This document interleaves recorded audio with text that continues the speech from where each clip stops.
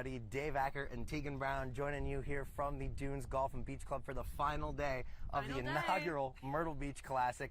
We're here at the WMBF desk here where we've been live broadcasting all week long, bringing you the latest that you need to know really from this entire tournament leading up to it, and we're going to have you covered all the way up until that jacket and trophy are presented. I said it last night. I can't wait for that moment. But Teagan, I mean, day 4, we've been waiting for this moment for so long. We've been Maybe waiting. First thoughts as you got out here this morning. I mean, first thoughts when I got out here at, 5 a.m. this morning, those pin locations look tough out there, tucked away in the corners.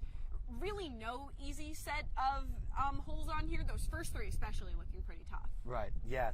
That's one thing I think we want to talk about. But first, let's talk about the 2 leaders kind of finally getting underway. They just teed off at 12:45, so that's our last group of the Myrtle Beach Classic. I can't believe it's already almost over. But that's kind of maybe one of the key moments I think a lot of people wait for.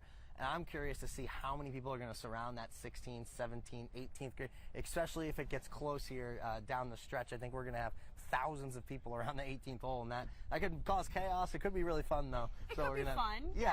Yeah. I mean, yesterday we saw, an attendance record over 15,000 people here to see this, and I was at the 18th hole for a pretty good majority of the day, and there were continually crowds there, no matter who was there throughout. Yeah, and I think that surpassed the number a lot of us had in our heads. We heard maybe around 3,000 on Wednesday. Obviously, it's going to increase when the tournament started. Yeah. And then, we were maybe 7,000 or 10,000 on Saturday. So 15,000 is.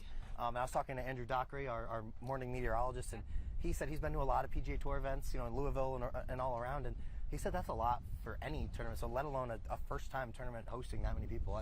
I'm shocked by the number. That's crazy. Yeah, well, I mean, walking around yesterday and even a little bit today, you kind of get trapped behind the crowds as you're trying to travel throughout the course, which is great because you get to interact with all the fans and everything, but sometimes, I'm trying to get through to see certain players and everything. You gotta be live on TV. Yeah, I gotta go, guys. I'm coming through. But yeah, maybe let's go back to what you mentioned with the leaderboard and those first 3 holes. So I mentioned that they just teed off, so they're through 3 at least at last check for us. Yes. And one thing I wanted to talk about was, so when I interviewed Dennis Nickel, the golf director here at the course, we talked about that in our lead-up, our Countdown Classic. Yeah. Classic Countdown. Classic Countdown. Yeah, thank you. Backwards. I always want to say Coastal Countdown. I have to stop myself. But we talked about those first 3 holes and how they're really challenging. You could get off to tough starts and you could be 3 under pretty quick, and that is not where you want to be, especially for the leaders. But I think that added pressure kind of being in that last group, I can't imagine it being on tour and, you have the lead.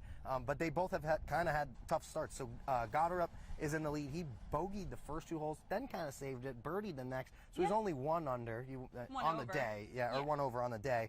So kind of saved that there. He didn't end up 3 under Right, and he's like only Dennis through the kind of third mentioned hole could happen right. to some people. And then Robert McIntyre is another one. He's in that final group.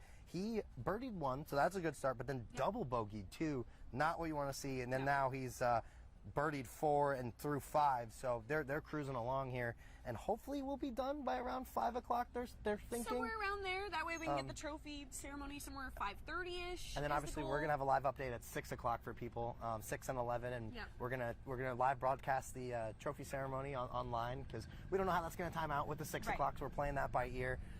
But then one of the stories of the day is Blades Brown too. Teagan Brown, Blades Brown. Are we related? You'll never know. You've got the update on Blades and his dad. I heard there was a pretty cool story. Yeah, actually, so Blades and his dad, as Blades was going down the 8th green, his dad really led a chant of the fans. They all cheered on Blades, the 16-year-old, the amateur in this, who's just done really well. He finished tied for 10th on the day so far, I think it is right now. Okay. So yeah, really great story there. And then speaking tied for 10th, one of the guys I wanted to mention was Thorbjorn Olsen. Thorbjorn. Yes, Thorbjorn. Okay, thank you. I've announced this multiple times now. Thorbjorn Olsen set a new course record, a career record, a 61 on the day, and 10 under par, I believe. How'd he do it? I don't know. I can't imagine.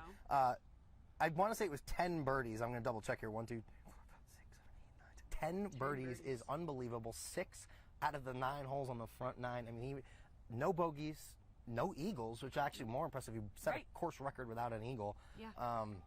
I can't imagine being that good at golf. It is actually astonishing. I could never, ever imagine that. It's mind-blowing. It's a little bit less windy today than it has been even the past couple of days. It hasn't been too bad, but today it's pretty steady. Yeah, I think maybe that was one of the things people were nervous about, was how would this course play for the pros. Right.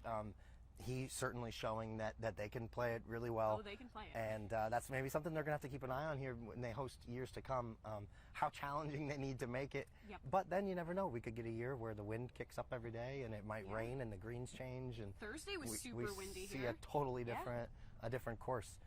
But that's, I think, going to wrap it up for us. Absolutely. And we're going to have more for you tonight at 6 and 11. For Teagan Brown, Dave Ackert, we are here at the WMBF desk here on the Dunes Golf and Beach Club. And that'll do it for us, WMBF Sports.